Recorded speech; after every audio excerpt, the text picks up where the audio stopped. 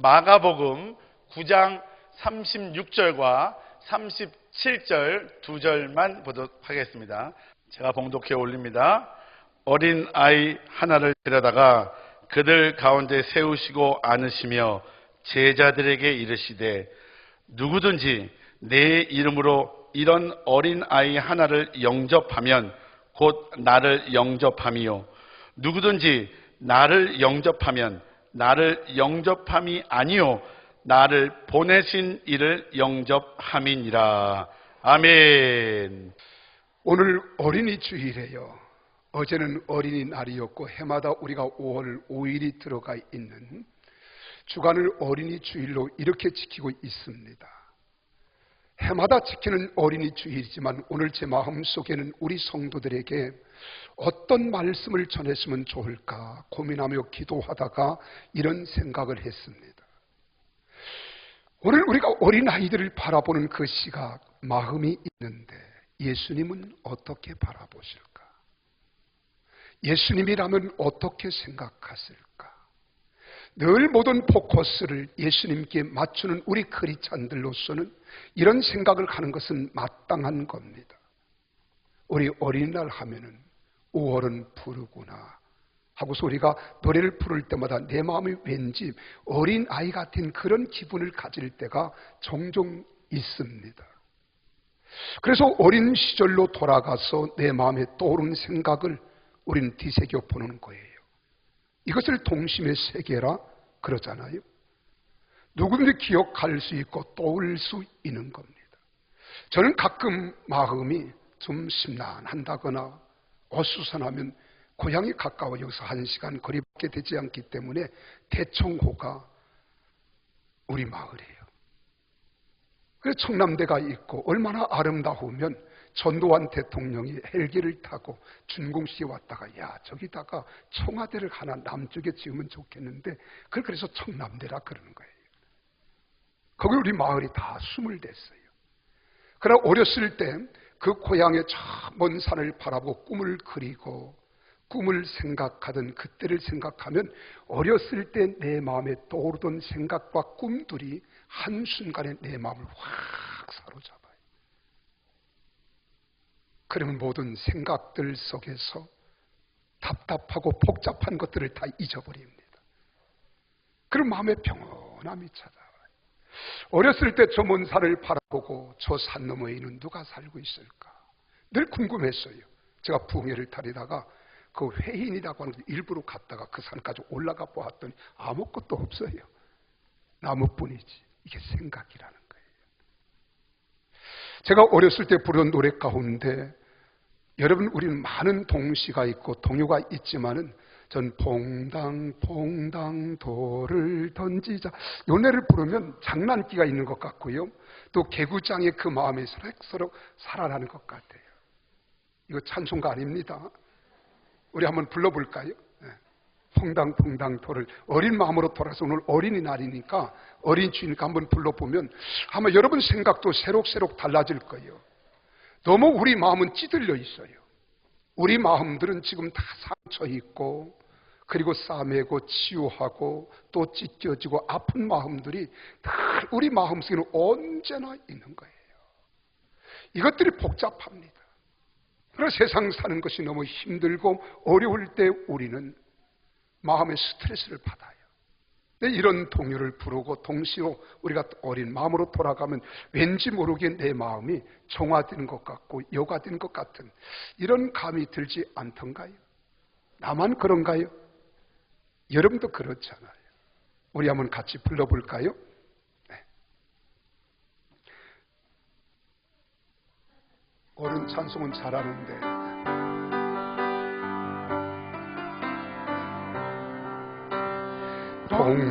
퐁당 돌을 던지자 누나 몰래 돌을 던지자 웬구나 퍼져라 멀리 퍼져라 건너편에 앉아서 나무를 심는 우리 누나 손등에 간 만들어 주어라.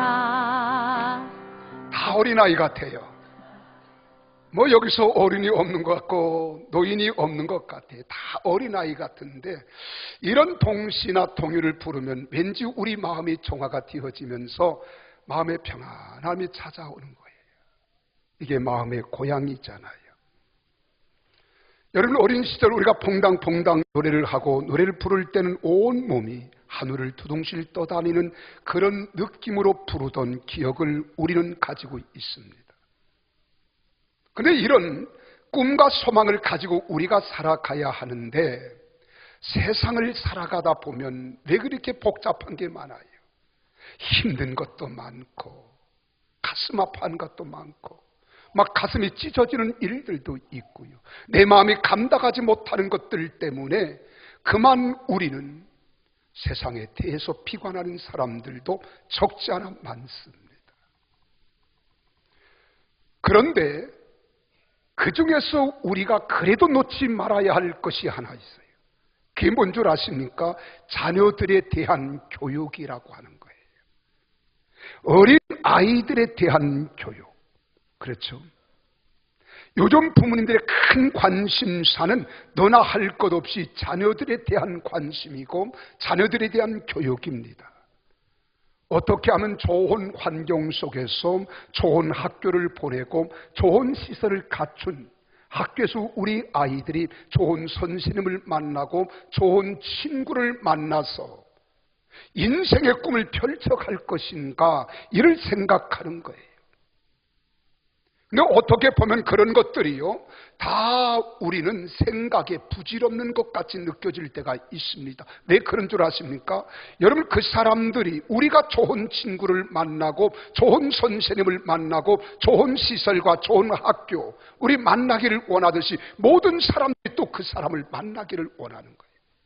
그렇게 보면 우리는 내가 좋은 사람이 되고 내가 좋은 마음을 갖고 좋은 생각을 품고 좋은 사고력을 가지고 좋은 꿈을 가지고 펼쳐가면 그들이 나를 만났을 때 그들이 나를 인하여 기뻐하고 즐거워할 수 있다는 겁니다. 그런데 이런 일들이 오늘 우리 주변에서는 경쟁이나 하듯이 남들이 하니까 나도 해야지, 그리고 남들처럼 안 하면 우리가 뒤처질 것 같으니까 내 마음의 여유, 누림, 평안, 이런 것들이 잃어버린 채 우리는 쫓기기 시작하는 거예요. 쫓기면서 우리 마음은 어떡합니까? 조이기 시작합니다. 조급함이 와요.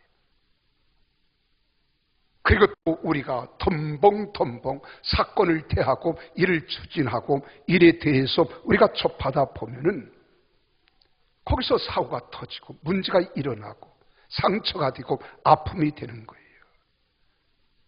진정 우리 자녀들의 장래를 생각한다면 우리가 한숨을 잠깐 우리가 내쉬면서 자녀들의 삶을 온전히 여유로움과 누림 속에 아이들이 가는 길을 좀 더 평안하게, 행복하게, 즐겁게, 아름답게 가게 할 수는 없을까?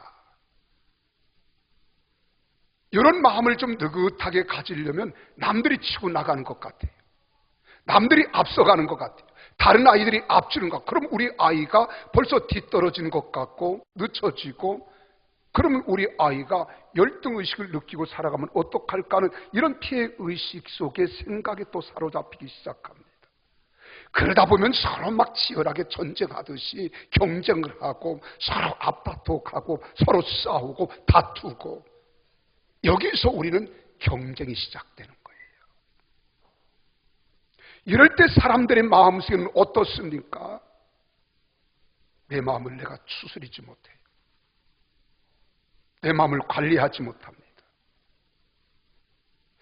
그런데 좀 더 우리가 한 발짝 템포를 좀 늦춰보세요.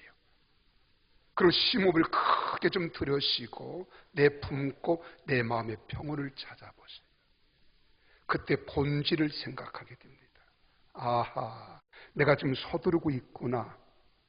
내가 마음이 조급하구나. 내가 지금 너무 앞다퉈 싸우려고 경쟁 속에 나도 치열하게 그 삶에서 살아가고 있구나. 그럼 그때 우리가 취해야 할 지혜를 잊어버려요. 가져야 할 우리의 자세가 흐트러지기 시작합니다. 마음이 멍들기 시작해요. 그러면 나도 뒤떨어질 수 없다는 마음을 가지고 또 추월하기 위해서 또 우리는 싸우는 거예요. 이게 세상이에요. 이럴 때 우리가 가장 소중한 아이들이 다 훌륭하기를 바라잖아요. 아이들이 성장하기를 원하고, 아이들이 좀 더 성숙하기를 원하고, 건강하기를 원하고, 아이들이 더 누구보다도 뛰어난 아이가 되기를 원하는 거예요. 그러다 보면 우리가 그만 세상에 대해서 회의를 느끼기 시작해요. 세상 보세요. 지금 얼마나 세상이 무서운가. 이제 텔레비전 틀기가 무섭습니다. 신문을 들춰 보기가 힘들어요. 묻지마 살인, 묻지마 폭행, 그냥 자기 생각대로 자기 마음대로. 이게 다 어디서 나온 결과일까? 그럼 우리는 그들을 탓합니다. 무슨 저런 인간이 있어? 저렇게 어떻게 가정교육을 배웠어? 저 사람 왜 저래? 라고 이야기하지만은요, 어떻게 보면 그것은 현실이 아니라 과거의 모든 교육 과정 속에 자라왔던 과정이 현실로 나타난 결과일 뿐이고 열매일 뿐입니다. 좀 더 우리 한번 생각해 볼까요? 이게 오늘 우리 사회입니다. 이 세상입니다. 이게 너나 할 것 없이 모든 사람들이 마음속에 갖고 또 생각하는 이런 생각이란 말이에요. 오늘 부모의 마음은 다 동일합니다. 우리 자녀들에 대한 기대와 바람이 자녀들의 마음에서 피어오르기 전에 이미 부모들의 마음이 먼저 생겨서 한 번쯤 다 우리가 계획을 세워보고 진행해 보려고 힘써 봤던 것들이에요. 그래서 또 자녀들의 장래를 우리는 생각하곤 하잖아요. 그런데 그런 아이들에게 우리는 무엇을 심고 있는가? 어떤 마음을 그 아이들에게 대하고 있는가? 오늘 이것 좀 한번 생각해 보려고 그래요. 제가 몇 주 전입니다. 몇 주 전에 우리 외손녀가 6살짜리가 있어요. 그리고 4살짜리가 있어요. 이 아이들을 데리고 꼭 수요 행복 학당에 애들을 데려다 줘요. 오늘 수요일인데 어린이 세마 학당에 가는 날 알지? 네, 알아요. 그래요. 기다리고 있어요. 그럼 그 아이들을 데리고 이제 예배를 들어가게 하고, 나는 어른 예배를 드리고 이제 집으로 돌아가다가 차에 태워 가면서 그랬어요. 야, 세림아. 네, 그래요.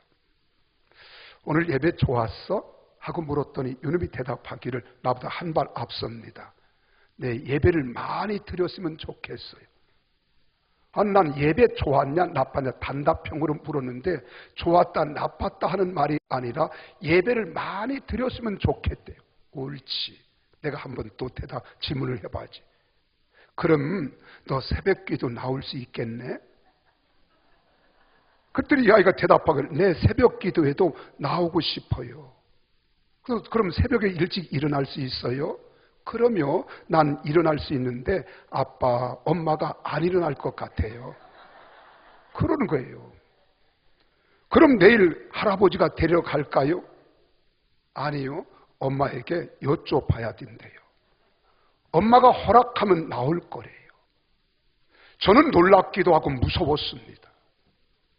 이런 아이 마음속에 무엇을 심어줘야 할까? 그렇죠? 무엇을 심어줘야 할까? 그때 도로시 루 홀트라고 하는 사람이 부모의 양육 방법과 자녀의 성장에 대하여 이야기하고 있는 내용이 생각이 문득 어렴풋이 떠오르는 거예요. 그 말에 그런 말이 있습니다. 만일 어린 아이가 꾸짖음을 받으며 자란다면 그는 나무라는 것을 배울 것이다.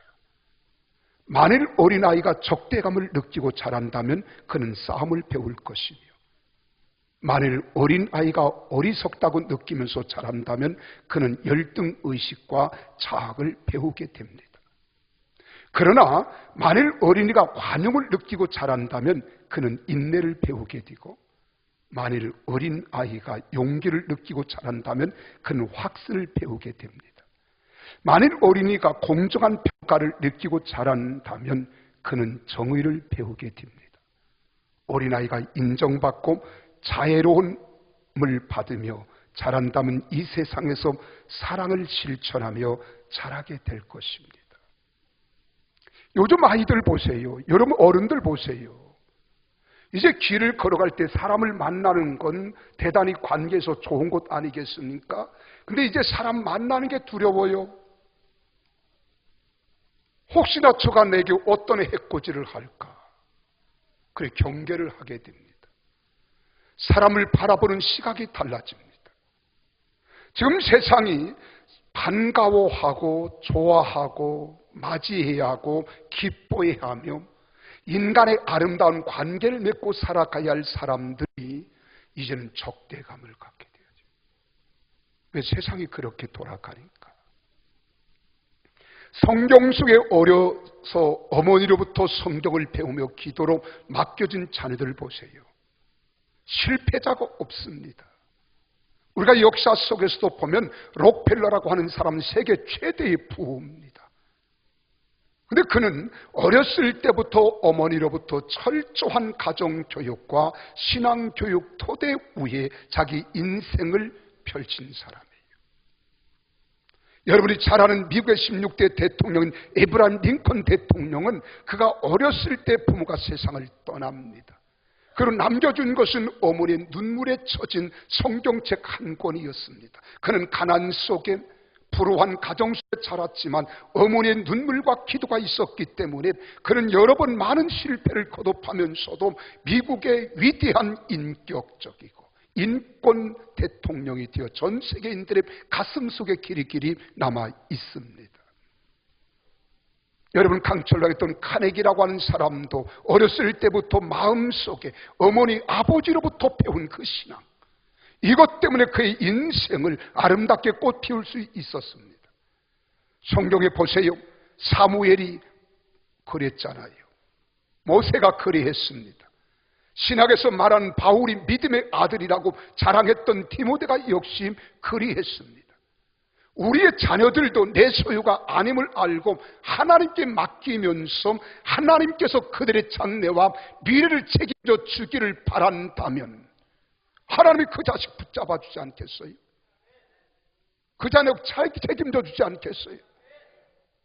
그러기 위해서는 우리 부모님들이 예수님의 마음을 품고 예수님처럼 실천해야 되지 아니할까 하는 생각을 해보는 거예요. 그래서 어린 아이들에 대한 예수님의 마음은 어떤 마음으로 아이들을 대했고 아이들을 품었으며 아이들을 생각했는가?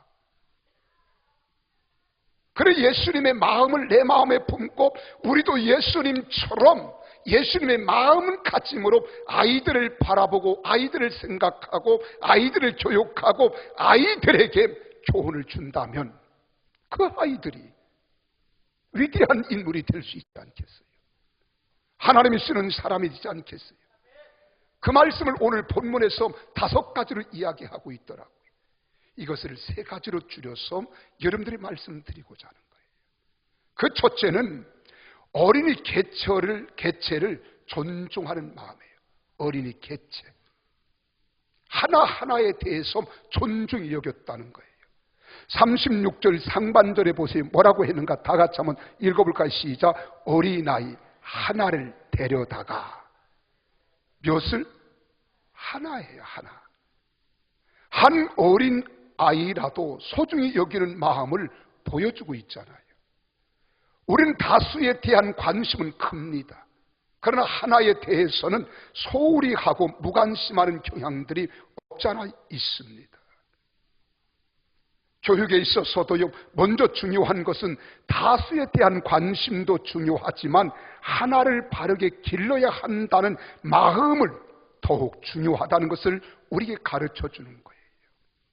하나가 얼마나 중요한가를 가르쳐요. 하나를 소홀히 하는 것이 여러분 전체를 소홀히 하게 되고 하나를 중요시 여기는 것이 전체를 중시 여기는 거예요. 근데 예수님께서는 하나 개인 개체에 대한 것을 얼마나 중요시 여겼는가를 오늘 본문에서 우리에게 보여주고 있는 겁니다. 성경에도 보세요. 아브라함이라고 하는 사람은 지금 이스라엘이 애굽이라고 하는 나라에서 430년 동안 종살이한 민족입니다. 그때 히브리 민족, 종의 민족, 속국된 민족은 자꾸 번성하고 막 이런 사람들이 늘어나니까 바로 왕이 그때의 어린 아들, 남자 아이를 낳으면 다 살해하라는 이런 살해 지령을 내리잖아요. 살해령을 내리는 거예요. 그런데 그때 모세의 아버지 아므람과 어머니 요게벳, 이 부모 밑에서 자랐던 그의 누나 미리암 같은 하나에 대한 소중함을 가는 거예요. 요 하나, 개체. 여러분, 우리가 세상을 살아가면서 많은 것도 중요하지만 하나가 어떠한 존재가 될 것인가를 여러분 생각해 보신 적 있습니까? 때문에 그 가정에서 자라난 이 모세가 장차 자라나서 이스라엘을 애굽에서 인도하여 해방시키는 영도자가 되었습니다. 그러므로 우리들은 어린아이 하나하나에 대한 소중함과 가치를 알고 양육하고 가르치려고 마음에 주님의 마음을 가져야 되는 거예요. 주님의 마음에 얘기해요. 여러분, 중세 때에 한 교회에서 찬양대원들이 열심히 성가 연습을 하고 있었습니다. 성가 연습을 하다가 잠시 쉬는 시간에 쉬었는데 어린아이 하나가 이 지휘자 앞에 터벅터벅 다가오는 거예요.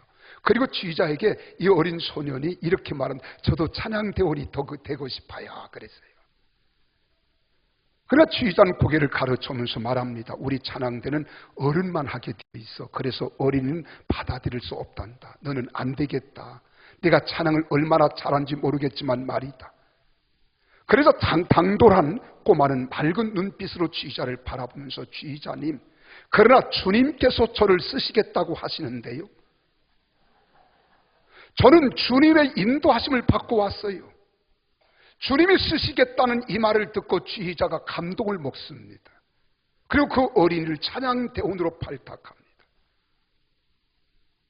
그 아이가 믿음만 좋은 것이 아니라 찬양도 탁월하게 자라서 눈길을 끌었습니다. 이 아이가 자라서 여러분, 내주는 강한 성이요, 이 찬송을 작곡한 역사적인 인물이 됩니다. 그가 누군 줄 아십니까? 마틴 루터예요. 마틴 루터. 한 사람이 얼마나 소중한가를 알아야 돼요. 미국의 대통령이었던 가필드 대통령은 신문파리 아이들이 신문을 들고 신문이요 하고서 뛰어가면 그때 대통령 신부를 가지고 신문파리 아이들 앞에서 아주 공손히 절을 했답니다. 그러나 그의 친구가 물은 거예요. 자네는 대통령의 신분을 가지고 가짜는 저 신문파리 아이들 앞에도 그렇게 겸손히 고개를 숙여 인사를 할 이유가 있는가라고 물었더니 이 가필드 대통령이 그렇게 말하는 겁니다. 이 어린이 하나가 커서 무엇이 될지 아무도 알지 못하기 때문이라. 여러분, 한 사람 어린 아이가 장차 이 나라 이 민족 역사에 어떠한 존재가 될런지 우리는 알 수 없습니다. 한 사람 개체에 대한 마음, 관심, 우리 주님의 마음이에요. 여러분도 이런 마음을 소유하기를 예수님 이름으로 축원합니다. 예수님을 믿고 따른다면 우리 그렇게 해야 되지 않겠어요? 우리 교회에 어떤 아이가 찾아왔든지 그 아이가 어떠한 모습이든지 등한시하지 마세요. 소홀히 하지 마세요. 그 아이 하나에 대한 관심과 사랑을 가지고 예수님 마음으로 그들을 바라보세요. 하나님이 그렇게 되기를 원하십니다. 두 번째로는 예수님의 마음은 어린 아이들을 데려오는 마음이에요. 36절에 보세요. 뭐라고 말씀합니까? 중반들을 데려다가, 이렇게 말합니다. 데려다가 그들 가운데 세우시고. 이것은 물론 예수님께서 한 어린 아이를 자기에게로 데려온 것을 말하는 것입니다. 우리들은 여기에서 어린이를 주님께로 데려오는 정신, 마음, 이걸 본받아야 된다는 거예요.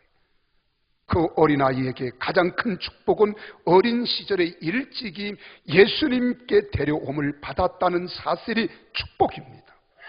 왜요? 어린 시절에 예수님께 데려가 예수님을 만나게 하면 예수님을 만나는 순간 그 인생이 달라지는 거예요. 예수님을 주권자로, 나의 구속자로 내 마음에 모셔드릴 때 그 주님이 그의 마음속에 주인이 되어주시면 그 아이의 장래 미래는 하나님이 책임져 주실 줄 믿으시기를 바랍니다. 그리고 하나님이 책임져 주시고 길러 주실 것을 믿기 때문에 최고의 축복으로 하는 거예요. 지금 세상 문화를 보세요. 이제 텔레비전 틀기가 무섭습니다. 신문을 덜추기가 무서워요. 세상의 문화화, 문명이 얼마나 지금 아이들의 급속도로 파고 들어가는지 세상 문화가 아이들의 정신세계를 다 망가뜨리고 있습니다. 근데 그게 얼마나 편한지 몰라요. 아이들이 보채고 울고 엄마 아빠에게 짝대를 쓰고 그러면 아이를 달래는 길이 이제 아이들이 거기에 막 익을 나 있고요. 습관이 되어 있으니까 핸드폰 턱 줍니다. 그리고 거기에서 게임방을 만들어주고 게임 앱을 깔아서 그걸 틀어서 거기에 미치게 만드는 거예요.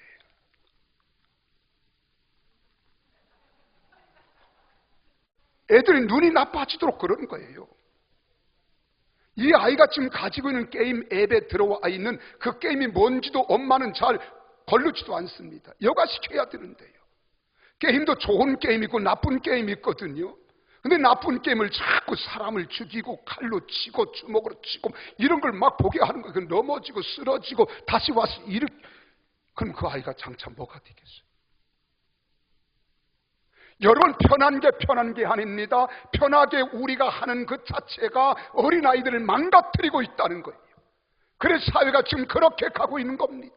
이건 사회 범죄, 아무리 경찰서를 많이 세우고 검사반을 많이 만들어 놓고 한다 할지라도 이건 감당할 길이 없는 거예요. 사람의 마음이 자꾸 파괴되기 시작하는 거예요. 이런 아이들을 주님께로 데려와야 됩니다. 취약으로 물들기 전에 빨리 주님 앞으로 데려와서 그들의 마음을 예수님의 마음을 품게 하고 예수님의 마음을 소유하게 해야 돼요. 그래서 마태복음 19장 14절에 말합니다. 예수님께서 이르시되 어린 아이들을 용납하고 내게 오는 것을 금하지 말라. 천국이 이런 사람의 것이니라 하시고 안수하셨습니다. 그리고 축복하심을 볼 수 있잖아요. 우리 성도들은 우리 어린 자녀들이나 어린 아이들을 무관심함으로 주님께 오는 것을 금하거나 소홀히 여겨서는 안 됩니다. 여러분, 세상 공부에만 열심히 하게 하고 주님께 오는 것을 가볍게 여겨서는 안 됩니다. 내 자녀들이 피곤한 것만 생각하다가 주님께로 가는 것을 가볍게 생각해서 방치해 두면 안 됩니다. 여러분, 사단은 이런 기회를 틈타서 자녀들을 넘어지게 할 수 있기 때문입니다. 여러분, 교회를 데려올 때에도 지각해서는 안 됩니다. 부모의 잘못된 신앙이 어린아이들이 그대로 전수되는 거예요. 여러분, 가정 제가 어린 예배 가만히 보면은요, 꼭 늦는 사람은 늦어요. 근데 애들을 같이 데리고 옵니다. 그럼 그 아이들이 이 다음에 시간의 개념이 있을까요? 책임감이 있을까요? 하나님께 바로 살까요? 정신 차리세요. 이런 것 하나하나가 소홀히 여겨지고 우리는 아무렇지도 않도록 생각하고 있지만 대단히 중요한 거예요. 소중한 거예요. 나의 말 한마디, 나의 행동 거짐, 나의 모습, 여러분, 우리가 교회 문턱을 밟는 것, 교회 안에서 행동하는 것, 나에서 나타나 보여지는 모습들이 아이들이 그대로 아이들에게 답습되는 겁니다. 그래서 우리는 데려오되 일찍 데려와서 기도하는 모습, 주님께 기도하는 모습 보여주면 그 아이들 와서 무릎 꿇고 기도하지 않아도요, 두 손 모읍니다. 고개를 숙입니다. 그리고 뭔가 중얼중얼 기도하는 겁니다. 어린아이 때가 얼마나 중요한 줄 아십니까? 그래서 미국의 아동 발달 연구소장인 자네트 왓슨이라고 하는 사람이 인격 발달 과정에서 가장 중요한 기간은 태아에서 4살 때까지라고 했습니다. 어떤 학자들은 어린 아이들의 사고 유형의 50%가 4세 이전에 형성된다고 했습니다. 또 어떤 학자는요, 사람의 성격 형성의 기본은 6세까지 다 형성된다고 이렇게 말합니다. 이렇게 볼 때 여러분, 우리 유치부가 얼마나 소중한가, 우리 교육기관이 얼마나 중요한가를 알 수 있잖아요. 중요한 것은 마귀가 손을 대기 전에 어린이들을 빨리 데려다가 채우는 일을 더욱 중요한 것입니다. 이런 일을 소홀히 하지 말아야 돼요. 소중히 여길 줄 알아요. 어린 시절 구원받고 사명을 받은 사람들이 많이 있다는 것을 역사를 통해서 볼 수 있잖아요. 모리비안 파의 진센톨프라고 하는 사람은 아주 대단한 사람입니다. 4세 때 구원을 체험했어요. 유명한 성서 주의자인 아담 크라크라고 하는 사람도 4세 때 구원을 받습니다. 여러분, 구세군 2대 대장인 브라웰 부두 대장은 7살 때 회심을 체험합니다. 여러분, 성서학자인 매튜 헨리는 11살 때 구원의 은혜를 체험하고 유명한 성서 주석학자가 되었습니다. 우리도 가끔 여름 성경학교나 아이들 수련회 때 보세요. 고사리 같은 손을 모으고 투무를 붓고 막 기도할 때 눈물을 흘리면서 기도하는 그 모습을 보면은요, 어른들이 저놈이 뭘 안다고 이래요. 아니요, 다 알아요. 다 알아요. 하나님께 쓰임받은 사람들, 어렸을 때 다 구원의 확신과 여러분 회심을 경험한 사람들입니다. 이런 아이들은 결코 곁으로 가지 않습니다. 그러므로 여러분들은 이 가정의 달에 어린 아이들을 한 명씩 주님께로 데려올 수 있거든. 하십시오. 하나님이 기뻐하는 일이에요. 가장 소중한 일입니다. 그리고 그들을 주님의 이름으로 축복하세요. 하나님이 영광을 받으시고 그들을 책임져 주실 줄 믿으시기를 바랍니다. 방금도 어린 아이들 내려가서 내가 설교했어요. 나는 어른 설교만 하던 사람이 용어 이거 변화한다는 게 쉽지 않아요. 가서 별쇼를 다 합니다. 막 인사. 그러면서 하나님께서 여러분을 사랑하시는 애들이 야 무슨 원숭이 쇼를 하나 이렇게 봐요. 근데 애들이 귀를 쫑긋 세우고 듣는 모습 보면 정말 소망이 있어요. 이게 어른들 예배 드릴 때도 보면 아이들은 안 듣는 것 같은데 다 알아. 어른들은 듣는 것 같은데 아는 사람이 하나도 없어요. 이게 어른과 아이들의 차이입니다. 여러분, 우리 한번 생각해 보세요. 오늘 여기 주님이 어떤 마음에 이 아이들에 대한 관심을 가지라는 거예요. 그리고 마지막으로는요, 어린이 중심주의 마음을 가지고 있었어요. 어린이 중심. 이걸 셋으로 나눠야 되는데 딱 하나로 함축합니다. 시간 관계에서. 어린이 중심주의라고 하는 말이 36절에 보니까 모든 회종들이 있는 그 가운데 아이를 중심에 세웠다 이 말이에요. 그랬잖아요. 또 뿐 하나입니다. 이것이 예수님께서 어린이 중심주의 마음을 우리에게 보여주는 거예요. 예수님이 그 어린아이를 안으시고, 그래서 안으시고 안아주셨다, 포용해 주셨다 이 말이에요. 포용해 주셨다. 그리고 37절에 가서는 그렇게 말하던 제자들에게 이르시되 누구든지 내 이름으로 어린 아이 하나를 영접하면 곧 나를 영접함이오라고 말씀하신 것을 볼 수 있잖아요. 내 이름으로 어린아이 하나를 영접하면 나를 영접했다는 말은 무슨 뜻입니까? 이 말씀은 어린아이를 예수님과 동일시해서 예수님처럼 높이라는 거예요. 예수님처럼. 이 세 가지가 무엇을 뜻하는 겁니까? 공통점이 있습니다. 그들 가운데 세우셨다. 어린 회중 중심에 세우셨다는 거예요. 주님 가슴에 안아주셨다는 말, 이 어린 아이를 포용해 주시고 축복해 주셨다는 거예요. 예수님처럼 높였다는 말은 어린을 존대하고 가치와 인격을 높이 세워주는 마음이 우리 주님의 마음이라는 거예요. 나는 우리가 예수님을 믿고 예수님을 따르는 사람이라면 우리 마음, 세상에 온갖 복잡한 것, 상처 입은 것들로 찢어진 마음 가지고 있지 말고 우리 마음을 예수님 마음으로 바꾸어 가기를 주 이름으로 축원합니다. 여러분, 어린이들은 어디서나 소외당하기 쉽잖아요. 중심에 서지 못하고 변두리로 자꾸 밀려나게 되는 것이 우리의 현실입니다. 이것은 예나 지금이나 동일해요. 예수님 때에도 제자들이 그러했습니다. 우리가 한 장 넘기면 마감 10장이 나와요. 그 10장 13절 14절을 같이 한번 읽어보실까요? 거기에 보면 그런 광경이 나오잖아요. 시작. 사람들이 예수님께서 만져주심을 바라고 어린 아이들을 데리고 오매 제자들이 어떻게 했어요? 꾸짖었습니다. 여기 보십시오.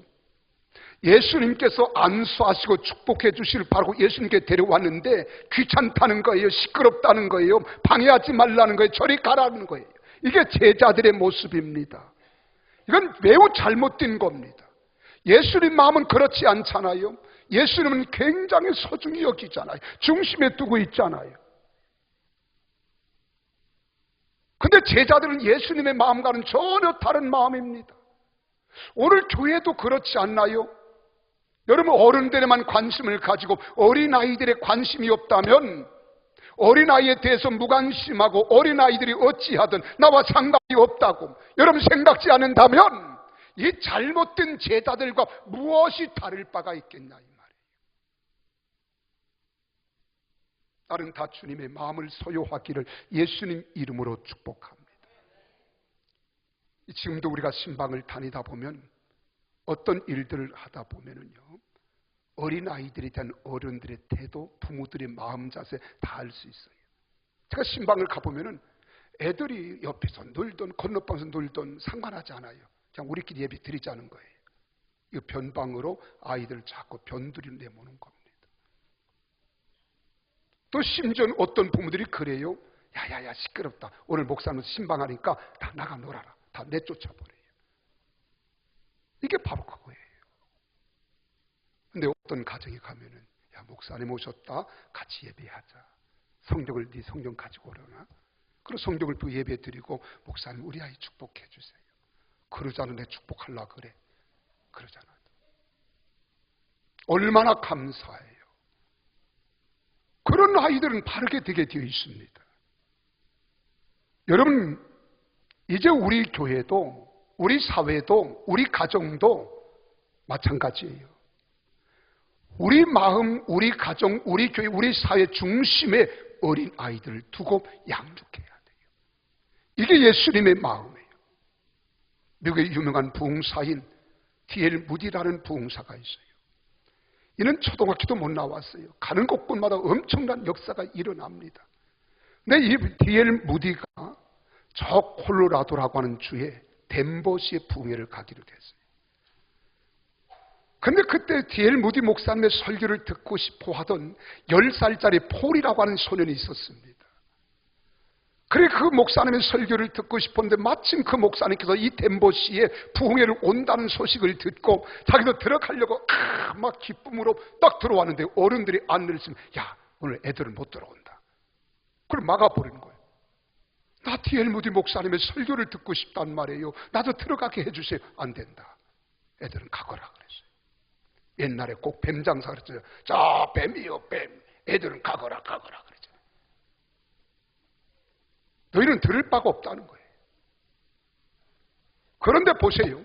오늘 여기 폴이란 아이가 그 잠깐 뒤로 물러섰다가 다시 시도를 하는 거예요.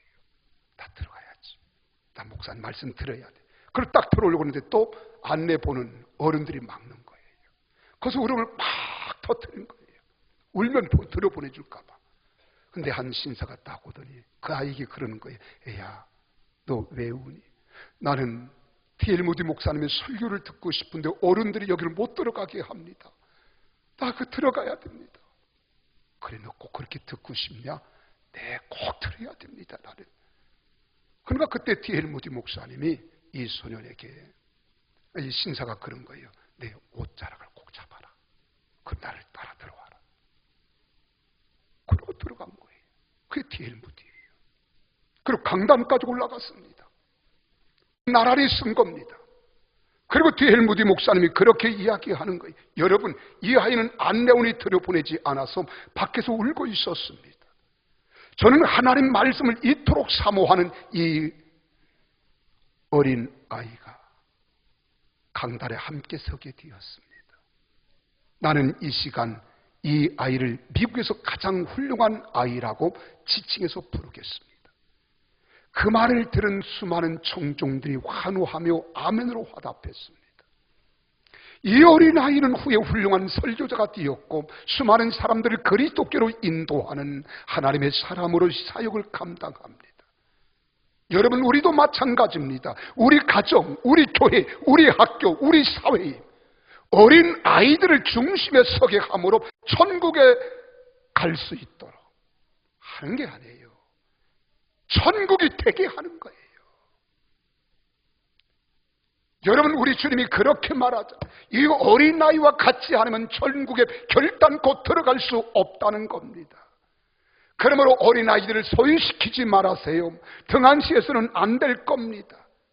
더더욱 어린아이들을 학대하면 안 됩니다. 폭행해도 안 됩니다.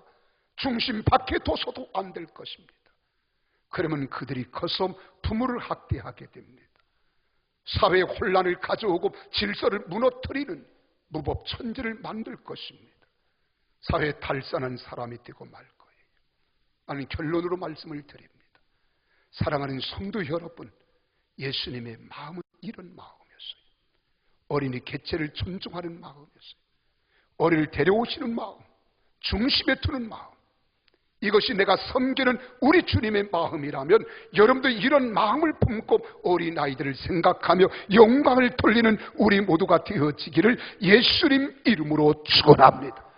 우리들도 예수님의 어린이관을 통해서 앞으로 어린이들에게 대한 자세와 태도와 마음가짐을 새롭게 가지십시오.